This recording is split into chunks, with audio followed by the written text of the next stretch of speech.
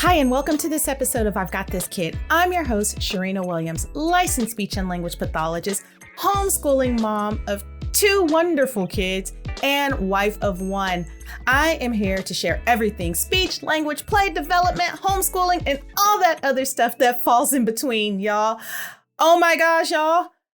This is our last episode of the year.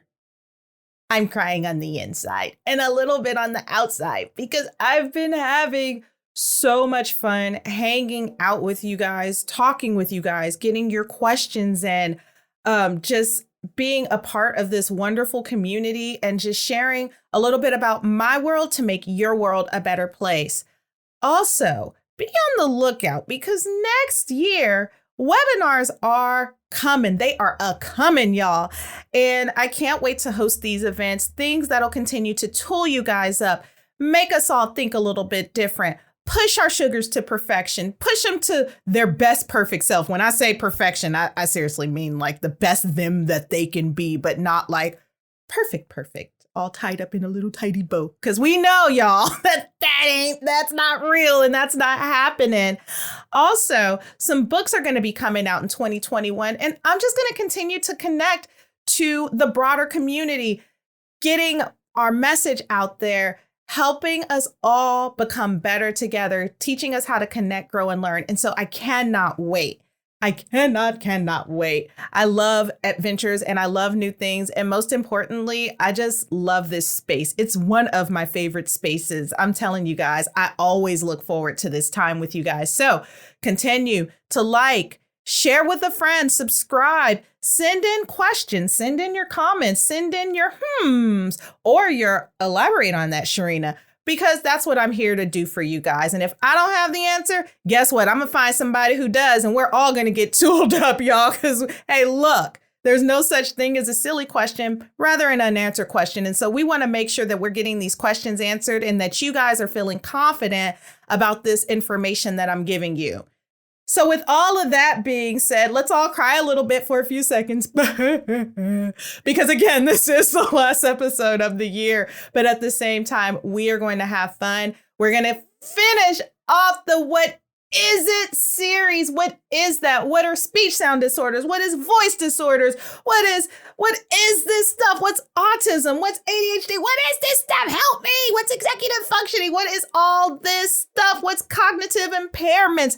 I have been here talking about this good stuff and just getting us all on the same page. 1, so we can recognize signs and symptoms.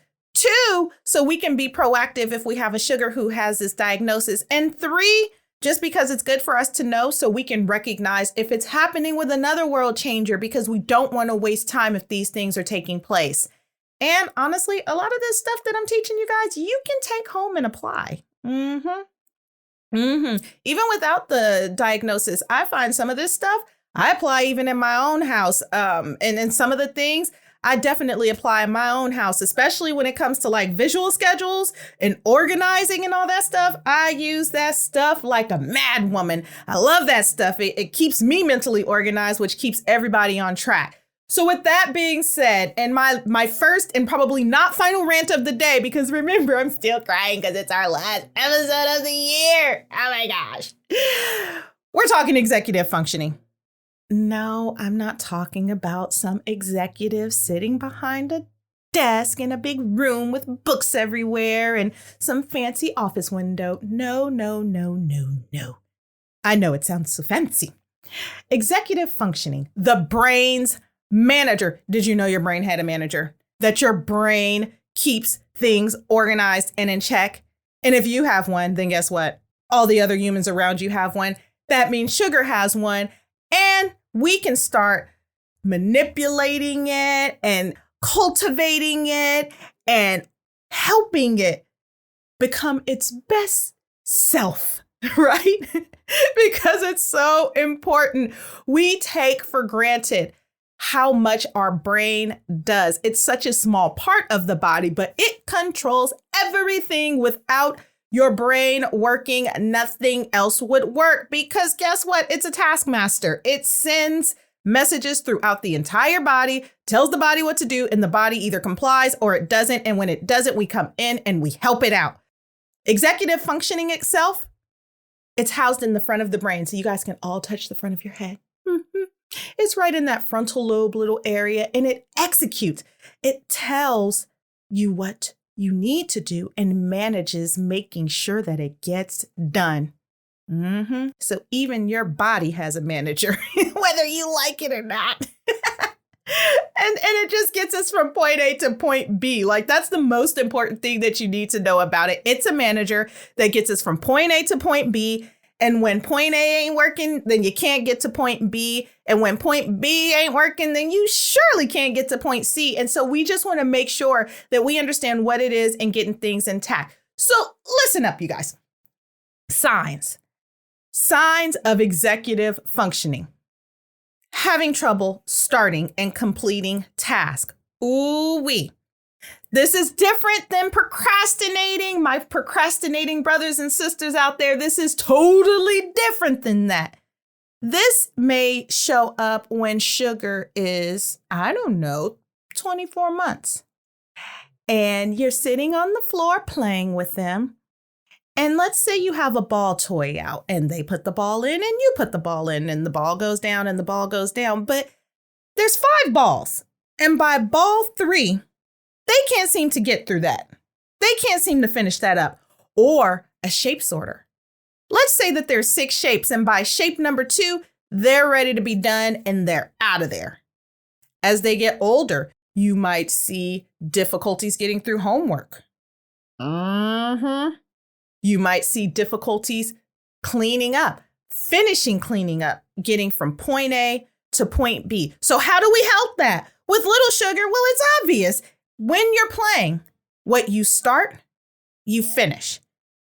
You don't have to prolong it. You just need to start it and finish it. You can even speed things up to help start building up that skill. As sugars get older, you talk to them about what's going to happen. We're going to start here and we're going to finish here. And then we tell them what they're going to do after that so they can start mentally organizing and looking forward to what's coming next. Another sign, having difficulties prioritizing tasks. Oh, this is a doozy. This usually shows up when sugar is school age. Middle school, it really shows up. There's usually some little subtle signs. But this is when you start getting, I want to play video games or watch YouTube videos or do X. I want to do this art project for 5 hours and spend 10 minutes on my homework. Yep, it happens. And usually by the time it's reinforced like that, it takes a little bit more effort to kind of reel them back in and to get things organized in a way to where they're able to prioritize appropriately. I'll give you some tips on what to do about that a little bit later. Next, they forget what they heard or read. And I'm not talking about yesterday's information. I'm talking about that right now information. Rereading the same things 5 times. You as the world changer saying the same thing over and over and over and over again. Or difficulties answering questions asked. Maybe you ask them, do you want a sandwich for lunch? And they start talking about something completely unrelated. Difficulties following through with the task that they just heard. This kind of ties in with the other one that I talked about, starting and stopping tasks, prioritizing tasks, but it all kind of snowballs and sandwiches together because they're having a hard time holding on to that information, processing it, and then giving you the appropriate answer to it. Or they're having a hard time holding on to that information that's being read, processing it, and thinking about what it means or answering things related to it. Another thing that we would see, having trouble following directions or a sequence of steps. Oh my gosh, this can show up in toddler years. Yes, it can. Remember, world changers, I'm here to tool you up. And so I want you guys to recognize this stuff early. And so we can put on our investigation hat and kind of pay attention. If I give sugar a 2-step direction. Are they going to complete that task in the order that I asked them to do it? How many times am I going to ask them to do it? Am I starting to yell at them to get it done? Am I frustrated most of the time? Or have I gotten to the point to where I'm so tired of asking and it not happening that I don't even ask anymore? Like, I'm over it. I'm done. I don't want to ask them anymore because they're not going to listen. They're not going to do it. And I don't know why. And I don't know if they're not a bad kid. They're not a mean kid. They're just, I don't know why. Oh my gosh, maybe they're on another planet. Sometimes that's the feedback that I'll get. Like, it just don't seem like they're paying attention, like they're looking right at me. But I don't feel like Sugar is quite doing what they're supposed to be doing when I ask them to do it. And it's not just whatever, or it gets done out of order. Completely out of order. Like maybe you see little Sugar trying to put the toy back together, but they're trying to put the big part on before they deal with the little parts and nothing's working, or the structure's not there, or it just doesn't quite add up or make sense because it's not calculated that first this has to happen. Next, this has to happen. And finally, that has to happen. And how that shows up when they get to school, same thing, following directions, following a sequence of steps. And so you can see it kind of carrying over, even if there's written directions, right? Because if you're reading something and you have to reread something because you're not holding on to that information, but now you have to read something and there's a direction involved and you haven't even held on or comprehended what you're supposed to be doing. Oh my gosh, it's going to be quite the situation. And it might present as Sugar is not a good learner. But it's not true. Sugar probably is a good learner. Sugar's probably having a hard time holding on to that information and carrying out what needs to be carried out. And they need some tools to help them figure out how to navigate and supplement for this area that they need built up. Another thing that happens, panicking when rules or routine changes. Yep, and it happens. You can see the wheels turning.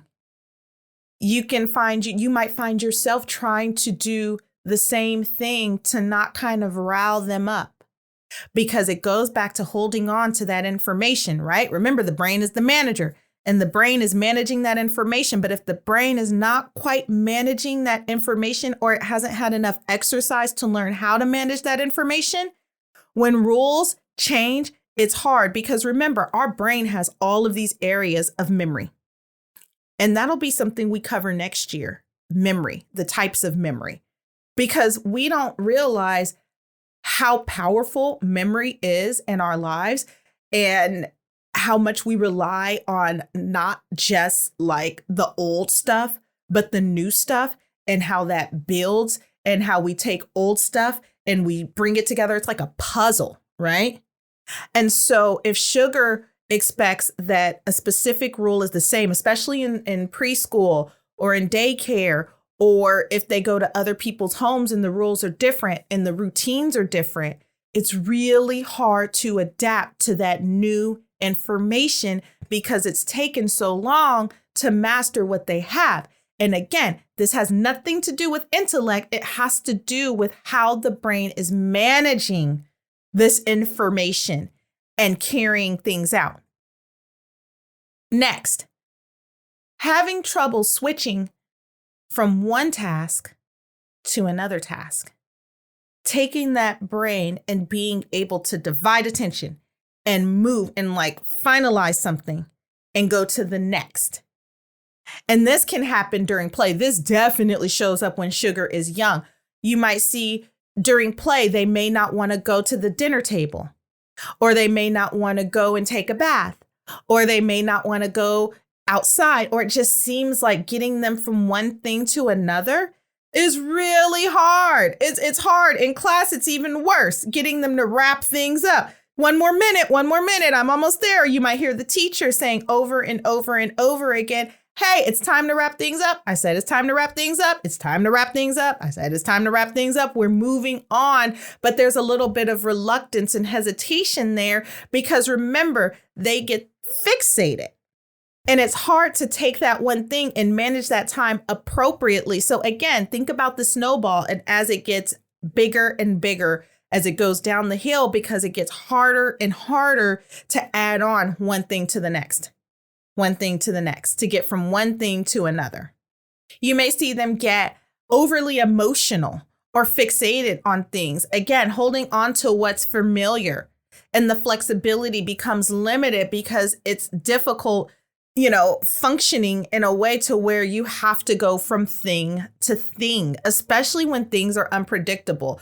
And for sugars who have difficulties with executive functioning, this is where you see them really have a hard time. And again, it's not because they're bad kids or they're mean kids or because they're not compliant kids. It's because honestly, they're trying to get through life. They're trying to get from point A to point B. And what it takes for them to get to these places, we take for granted because it doesn't take us all of that, but it takes all of that for them. So going from these transitions or having to do something outside of what they've already mastered, it can be hard. And that doesn't mean that new learning is hard. They just kind of like to gravitate towards the things that they've already mastered and maybe a little bit reluctant to try the new. Another thing that you'll see is having difficulty keeping track of their belongings. Remember, memory is not a strength. Organization is not a strength. And so you might find that these sugars lose everything, and you kind of see them just drop everything. And again, this can be seen when they're young. Maybe they have the sippy cup in their hand and they drop it in its place and it's in the middle of the living room floor, or it ends up behind the couch, or the shoe ends up in some place that it does not belong. And so they lose stuff. And, the holding on to the information it's a weakness, right? It's not their strength. And so that's why they lose so many things. And so as you see them get older, they probably are losing their homework, losing their phones, losing those earbuds, losing the iPad, losing the shoes, losing everything, because wherever they put stuff down, they never pick it back up and they don't hold on to it. And it just becomes like, I'm on to the next thing. Because remember, routine is a big thing. And so they're going to go on to the next thing without completing the task that was in front of them. So it might be put the dish in the sink. It might be put the homework back in the backpack, but the homework ends up on the dining room table, and then they forget that it's there, and they end up going off to school or going off to Zoom school, and they're in front of the computer with no homework around and don't even remember where they had it in the first place. Because remember, managing that information is hard. Another thing that we'll see, telling stories. Remember, point A to point B. Are you guys starting to see the pattern now, getting from point A to point B? Telling stories is point A to point B. Think about it. 3 little bears. Mama bear, Papa bear, and baby bear went out into the forest. Goldilocks came in, ate the porridge, sat in the chairs, didn't like none of them, broke some stuff along the way, went upstairs, fell asleep. Bears came back. Goldilocks got scared, ran away. The bears were sad because their stuff was messed up. The end. Now, for a sugar who has difficulties with executive functioning, the story might have only a few details. The bears left, Goldilocks came in, and then when they came back, she left. That's the end of the story. And so, or you might see stuff that's mixed up. Oh, the girl was sleeping in the bed, and then the bears live there, and she said the porridge was hot and cold. And so you'll see like little details mixed up and mixed in, because again, point A, what happened first? What happened next? What should happen at the end? What was the conclusion? It's hard getting those thoughts organized in a way to where they can fluently and cohesively tell that story and give that information. Next, poorly reacting when peers and adults don't respond as expected. Remember, executive functioning, it requires you not just managing point A to point B, it also requires managing those emotions. And so when mom or dad don't respond the way that I expected them to, or when my peer didn't respond the way that I expected them to, it might be not the best response. With the little ones, you might see some tantruming. With the older ones, you might see a little bit of argument or a rile. With the adults, you probably see a little bit of arguing or the adult getting stuck in their thought and idea and having a hard time adapting and becoming mentally flexible to accept a different perspective, to accept that it's not an attack, but it really is perspective, another person's perspective and another person's feelings. And it's okay for other people to have certain feelings and that everything is not going to quite go the way that you expect it to go. Not all the time. Sugar can't always have their way. And what we do as world changers, we start off with them really young because they're so little and cute, and we kind of just give in. And then as they get older and it becomes more and more difficult, we find different strategies and ways to either deflect or defend ourselves. And that ends up being shouting matches, or we end up just ignoring altogether and not dealing with anything because we don't want to deal with that reaction from them. But world changers, I'm telling you, we deal with it when they're young. We don't wait. We deal with it, especially when they're young, because the more practice they get at how to cope with and become more mentally flexible, the easier it becomes when they're an adult and they can accept things a lot better. And finally, having trouble managing their time, going back from point A to point B. I can't spend 5 hours watching movies. Ooh, I wish I could spend 5 hours watching movies. If I could just have 5 hours doing anything, man, that's powerful. But you can't, I can't spend 5 hours watching a movie, just like they can't spend 5 hours playing video games or spending 5 hours on the phone or spending 5 hours doing X and then 10 minutes on homework, or underestimating how long a task will take. So maybe teacher assigns a project 2 weeks in advance. Sugar doesn't start until the night before. So there's a little bit of procrastination in there, but there's also the underestimating how long it'll take and how to chunk that information, right? Because remember, it goes back to there's difficulties following sequences of steps. And so sugar may not have the skill set to be able to independently be like, it's going to take me this long to do this, it's going to take me this long to do that, and it's going to take this long to do this.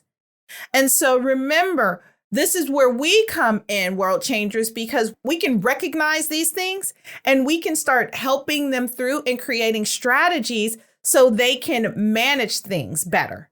Because remember, our brain is a manager. And if the manager isn't quite functioning to make sure that tasks are completed, then it's going to be hard to function daily. Or there's always going to be a hiccup, or they're always going to feel behind. And that creates anxiety and panic. And then that creates a whole nother set of issues that no world changer wants to deal with. And so this is why we recognize these things early on.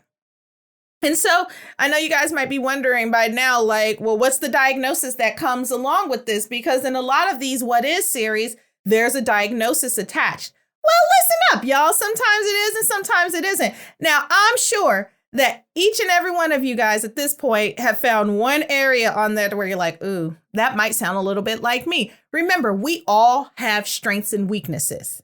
And remember, I also said this stuff I apply in my own home. Why? Because I know that it's super helpful and it works, and that we all could use a little bit of support staying mentally organized and managing the way that we approach tasks that are presented.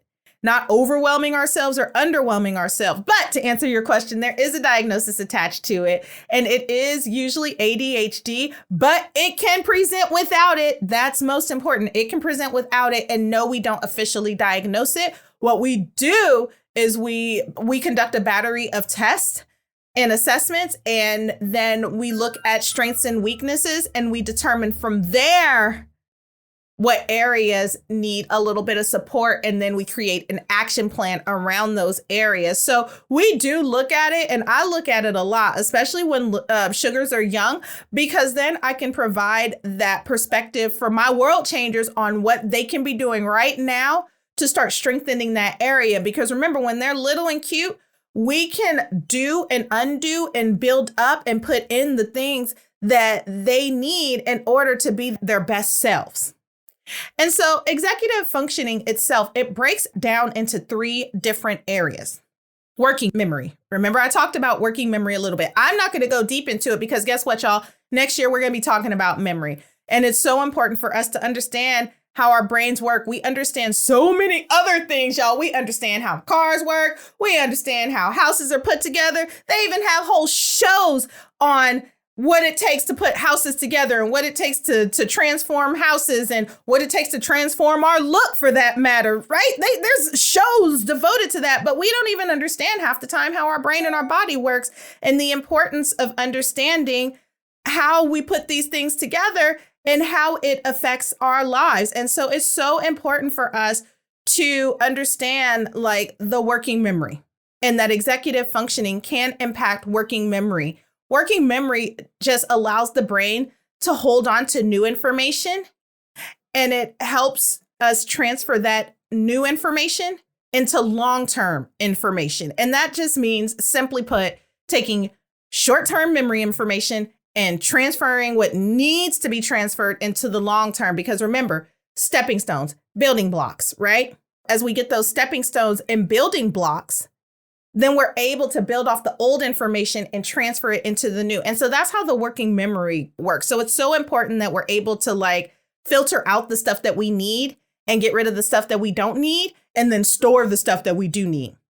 The second area that it can impact, cognitive flexibility. You've heard me talk about this before, just being flexible. I use that word a lot about being flexible. Do not get overwhelmed by when I say cognitive flexibility. That just means the ability for the brain to be flexible, to take one thing and see it in a different way.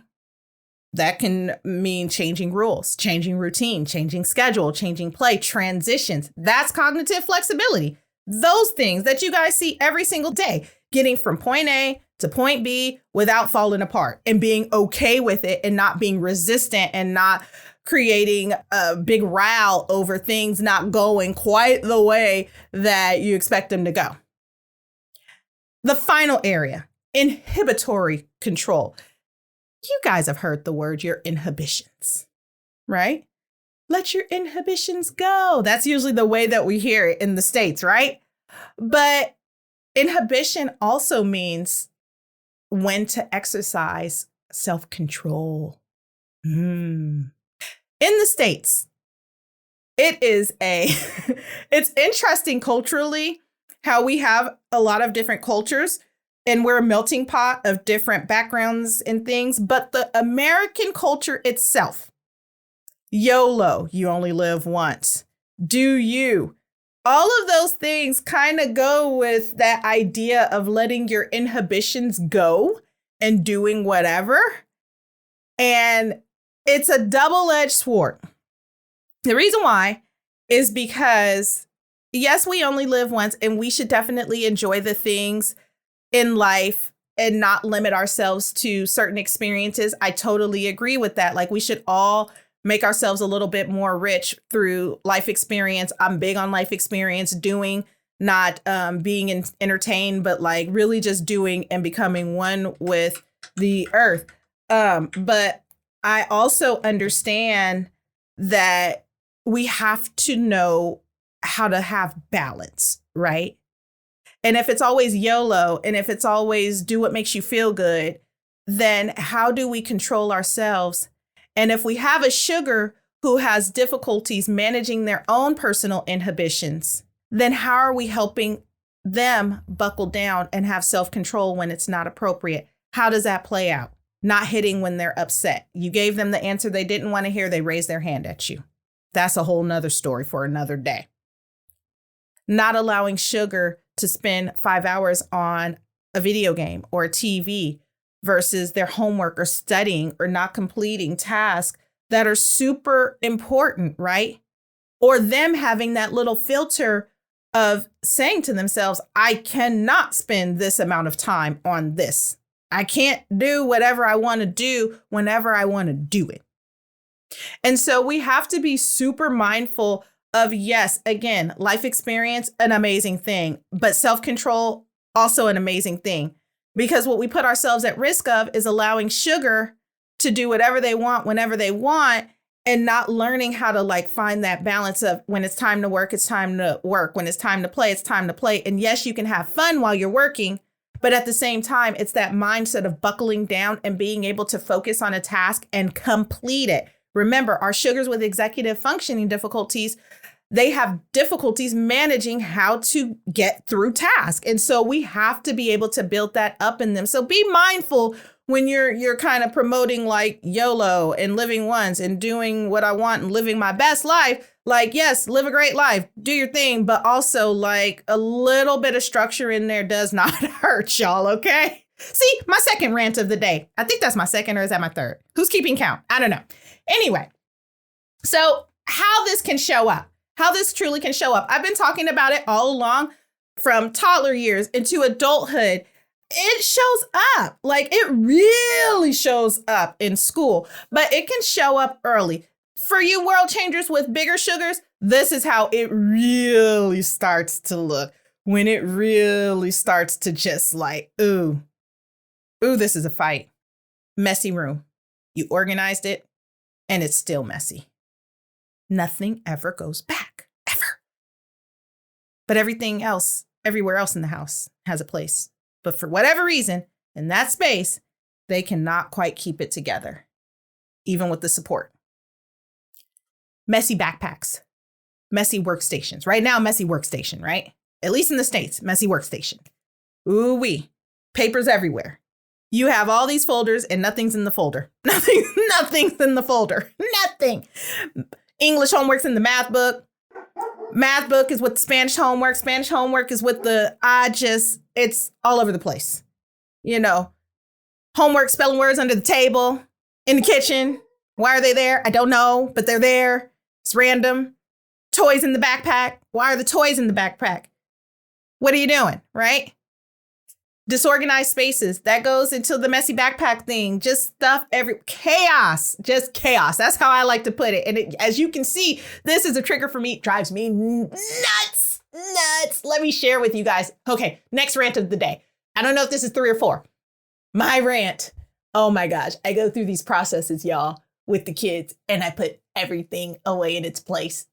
And nobody wants to do it but me. And it drives me nuts, especially in the homeschooling area. And I just cry on the inside a little bit every time. And I peacefully put it back because I just think that one day it's going to catch on. My mom did the same thing to me. If you really want to know, I was the same way. So I feel like I'm getting a little bit of payback because I used to have stuff everywhere. And one day I got tired of myself and tired of my mom cleaning up after me. And so I decided I'd get it together. And I got tired of her talking about me. Started feeling bad. Anyway, I'm sorry, y'all. Oh, goodness. Difficulty balancing work and life, like balancing school, balancing extracurriculars, especially once, our sugars get into like high school. Well, okay. Nowadays, our sugars have schedules just as packed as we do. And now they're all online. You can do everything online, right? They go to school. Then after school, they have their Zoom classes. They're all of these extracurriculars, and then they got their social life. And sometimes we'll see with our sugars, they might get a little bit overwhelmed by balancing all of that stuff. It just sometimes seems like it's too much. And so be careful. Like, man, this is why it's so important to know your sugar and talk to your sugar so you can recognize, like, if they're having difficulties balancing that work life, like it can get really hard for them figuring out how to manage that, especially if they don't know how to manage that and they need additional support from us, from the parents to help them manage that. And the final thing is placing, again, more emphasis on tasks that really don't make sense. Like, why did you spend 2 hours on that? Like, that probably wasn't the best use of your time. And I'll let you fill in your that with that, because by now you're like picking up on like, do I identify with this? Does my sugar identify with this? Does somebody I know identify with this? Because honestly, this is one of these things that are totally overlooked. And for so long, speech therapy and what we do in general has just kind of been hidden in the shadows. They think we only show up when things are wrong. And that's not true. Like, we really help manage life. We're communication experts. So of course, we're going to help manage other areas of life to either maximize us becoming better or to change things to make things better. That's the key word, better. So we can be proactive with our sugars when they're young. We can start showing them and modeling. When we start something, we end it. When we start with a toy, we end with the toy. We finish that toy, we put it away, we get the next one. We give verbal reminders. Okay, are you all done? If you're all done, let's clean up. Bam, that's how we start. As they get a little bit older, okay, we're going to go to school. And then after we come from school, we're going to have a snack. And then after we have a snack, we're going to do this. Remember, organize, managing time, managing space. This is what we're doing during this time. And this is how we're going to get there. It's like providing a mental map. Enforcing a clean, organized space that's easy to maneuver. So I just gave y'all my rant about what I go through, right? And this is one of those things you're not going to just do it once and be like, all right, I cleaned it up. That was great. They're going to keep it up. No, they're not.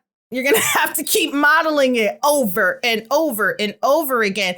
And if you have a spouse who comes from a house that is not, quite there with organizing and keeping things in their proper space, then that can even be a whole nother task of getting on the same page with that world changer and creating a united front. It's so important for you guys to be on the same page there, because let me tell you, that'll be a fight if only one person is keeping everything organized and all the other people in the house are doing their own thing. Doesn't work. And so just make sure, world changer, before you decide like, hey, I'm going to get the space in order. You better have that conversation. Like, don't be writing me about no arguments that you had because you cleaned up and then it was a disaster because nobody did it. So remember, world changers, a united front, keeping a united front with your parenting partner. So crucial to that. Visual schedules. I've talked about visual schedules. I've shown you guys on my social media visual schedules that I create in my homeschool space. I use it in clinic. Visual schedules are a friend. As a matter of fact, there's such a friend that there's going to be a webinar around visual schedules, and not just like for our older sugars, but for world changers out there who are like, hey, I need to get stuff organized for my little one. Show me how to do that, whether it has to do with their daily routine of what they should expect, or they're at home with you, or whatever it is. Like, visual schedules are crucial. I recommend them for everybody. It really does help. And it keeps everybody on the same page, and you don't have to keep talking. It gives a nonverbal reminder. Organizers. Organizers are a friend. Use them. Calendars, writing things down. Those are great, especially for little ones. Visual schedules are organizers in a sense, and it gets sugars started. So like, they're writing down their homework. They're checking off when things are done. Maybe they get a sticker or a star for completing the task. So important by providing incentives throughout this process that, hey, I recognize that you're taking these extra steps to try to keep organized, and I'm trying to help you manage yourself. So let me incentivize it a little bit to keep us all a little bit motivated. Separating folders and files and binders.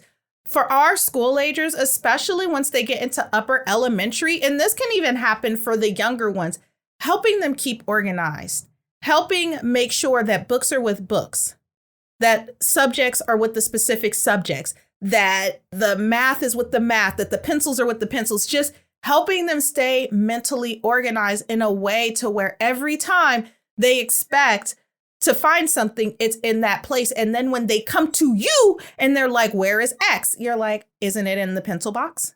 Is it in the math folder, right? So you're shifting that accountability off of yourself and onto them, because guess what? You're teaching them how to manage themselves. It's not your job, world changer, to have a 30-year-old that you're still managing and finding their socks. That's not your job. Your job is to tool them up right now in a way to where they can figure it out. They have to think about, what did I do with X? I'm telling you guys, I don't even help my kids find anything anymore. I don't care where they hid it, where they put it. Why? Because I created a system, and either they're going to use it or not and be sad that they can't find half of their stuff. So it really does work. And they're usually motivated by the things that they really like. That's the funny part. Labeling everything. Labeling everything, I think, just language in general, the symbol system. I just love the idea of putting words to things. For your little sugars, guess what it does for them? It helps them start recognizing the alphabet, how words to go together. It's a symbol, right? And so if they see that symbol over and over and over again, then they start to recognize it, right? And so you're teaching early reading without even necessarily teaching early reading, at least recognizing, right? Especially if you're pointing at it and saying, okay, put your shoes here. Let's put your shoes there. If you're not into using like labels with words, picture labels are great. I am a avid fan of picture schedules that are natural to the environment. And what I mean by that is if it's Sugar's shoes and they go in that place, I'd take a picture of their actual shoes. If it's Sugar at the dinner table, I'd take a picture of them at the dinner table. Whatever it is, providing a label. Labels don't always have to come in words. They can come in pictures. They can come in symbols. Providing a combination of visual, verbal, and tangible reminders. Sometimes it's not enough to just have the visual. Sometimes the verbal reminder helps. For our little cute toddlers that still smell like cookies, sometimes they need the hand-over-hand support to remind them. And we have to be just a little bit more stubborn about the situation and a little bit more relentless to just continue to reinforce, because this is, again, one of those areas that has to be reinforced because it doesn't come naturally. And so they need those reinforcers. They need those reminders. They need you to do it again and again and again and again and again until it sticks, until it transfers from that short-term memory to the long-term memory and it becomes a part of their everyday life. And the final thing that we can do for our Sugars is we model the behavior at home. If you're not going to follow a map, why give one to Sugar? If it makes no sense to you, it's going to make no sense to them. Remember, you're still the biggest model, especially now with everybody being at home. You are that biggest model. So what you're doing is what they're going to do.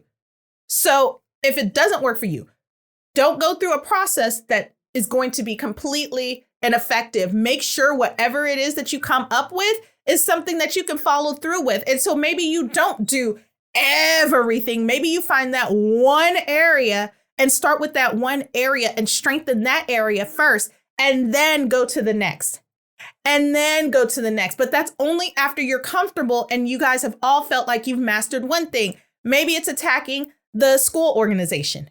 Maybe it's attacking the toy organization.